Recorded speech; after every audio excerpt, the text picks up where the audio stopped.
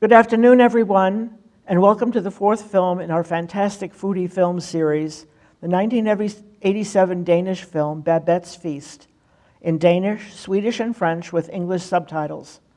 Directed by Gabriel Axel with Stephanie Audran, Brigitte Vetterspiel, and Bibi Andersen. The screenplay by Axel is based on a 1958 story by Karen Blixen, writing as Isak Dinesen, and is considered the epitome of foodie films. Babette's Feast was the first Danish film to be made from a Blixen story, and also the first to win the Academy Award for Best Foreign Film. The film tells the story of two elderly, pious spinster sisters who lead a small sect of highly religious Lutherans founded by their pastor father in a tiny, remote village on the Jutland coast of Denmark. Blixen's original story was set in the Norwegian port town of Berkvej, a small group of multicolored houses on the shore of a long fjord. But Axel thought it was too pretty and touristy to convey the austerity of the community, preferring instead to construct an all-gray village in the Jutland region to suit his needs.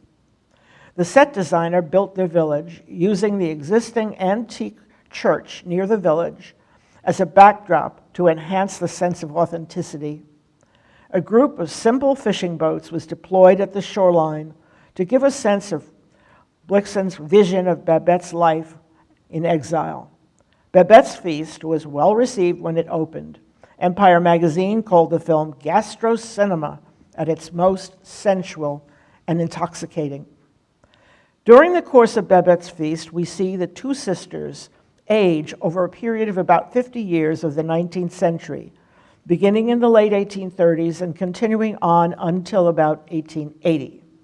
The film's production company wanted to hire all Danish actors, but Axel insisted on a mix of Danish, Swedish, and French speakers in order to preserve authenticity. For example, the part of Babette was offered to Catherine Deneuve, who after some deliberation turned it down because she had often been cast as a sophisticated, elegant woman and was concerned that she would not be believable in the role of such a simple one.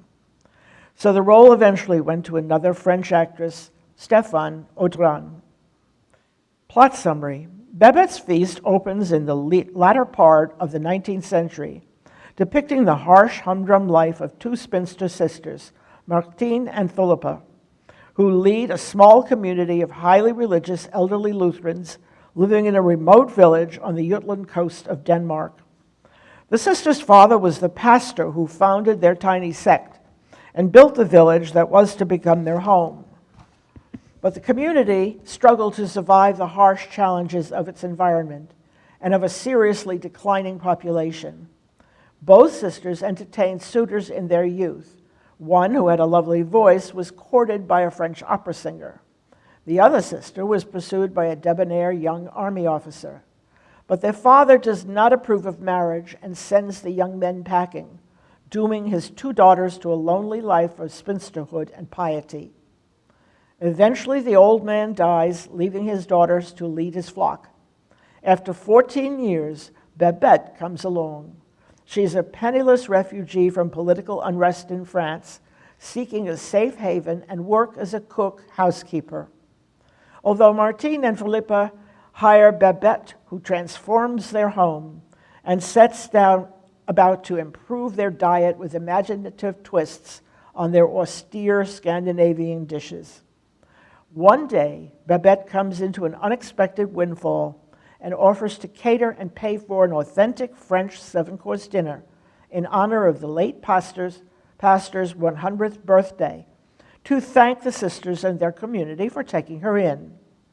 As Martine, Philippa, and the other villagers become aware of Babette's elaborate preparations for her feast, they become wary that they will be dragged into a satanic orgy and agree that they will not talk about the food or allow themselves to enjoy it, pretending to have no sense of taste. The audience is treated to wonderful scenes of the preparations and serving of Babette's dinner and the villagers' reactions to the feast. Finally, we learn who Babette really is and what effect she has on Martine, Philippa, and the villagers. So what was the menu for Babette's Feast? First course, turtle soup with Amontillado sherry. Second course, blini Davidoff, pancakes with caviar and sour cream with Veuve Clicquot champagne. Third course, caille en sarcovage, roasted baby quail in puff pastry with foie gras and truffles, with Clos de Vougeot Pinot Noir. Endive salad, Savarin au rhum with figs and candied cherries with champagne. And finally, cheeses and fruit with sauterne and coffee with Grand Champagne cognac. Fun facts about the film. When Babette's Feast opened in the US, the filmmakers arranged with over 500 restaurants around the country to serve Babette's menu to filmgoers. The New York City restaurant Petrosian charged $90 per person. With one glass of each of the wines offered, the tab rose to $125 per head.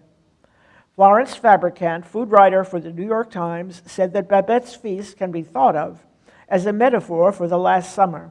There were 12 people at the table, including the general and the two sisters.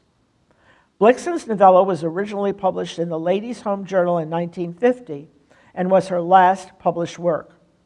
Babette's Feast was listed by the Vatican in the religion category of its list of 45 greatest films. This is Pope Francis's favorite movie. The church in the movie was built in 1250, perched on the edge of a unique cliff. It edged toward the sea, moving 15 meters in the last 300 years. By 2016, it had to be dismantled and moved to a new site in an open-air museum. The great French couturier Karl Lagerfeld designed Stéphane Audran's costumes. Jan Petersen, owner and operator of La Cocotte restaurant in Copenhagen, collaborated with Axel on the food. It took 2 weeks for Petersen and his chefs to film the preparation and cooking of the dinner. Although only 12 diners were served at the banquet, 148 quail had to be roasted because of the multiple takes that were required. The filmmakers spent over $8,000 on the food.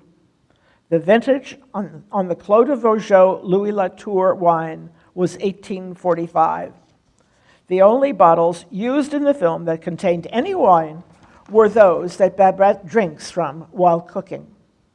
The great French director Claude Chabrol recommended Stéphane Audran for the role of Babette. Audran was his wife at the time. Pope Francis mentioned the film in his Amoris Laetitia, making this the first time that a movie was mentioned in a papal document. Things to look for. The priceless expressions on the faces of Babette's diners as they grow increasingly intoxicated with all the food and drink. All that gorgeous French food. Babette's crates of live turtles and live quail for the feast. The 19th century vintages on the wine bottles. Lovely china, crystal, and silver that Babette provides for the banquet. There is only one scene in which a starlit sky is seen. When does it occur? And what do you make of that? Karl Lagerfeld's costumes for Babette, made by Karl Lagerfeld, and Martine's lovely voice, dubbed by Tina Kieberg. Now, folks, it's time to see Babette's Feast. Sit back, enjoy the film. It will roll after a short delay. Bon appétit.